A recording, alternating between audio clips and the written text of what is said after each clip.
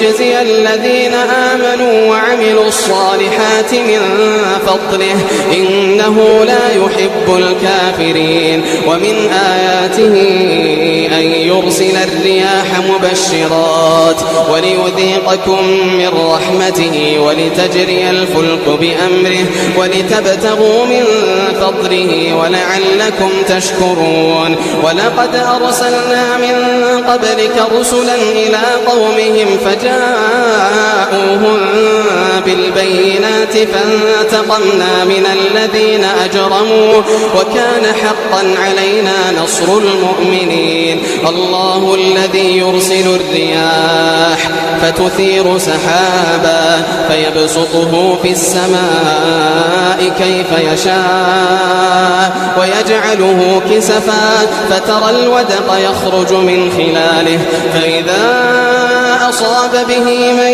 يشاء من عباده إذا هم يستبشرون.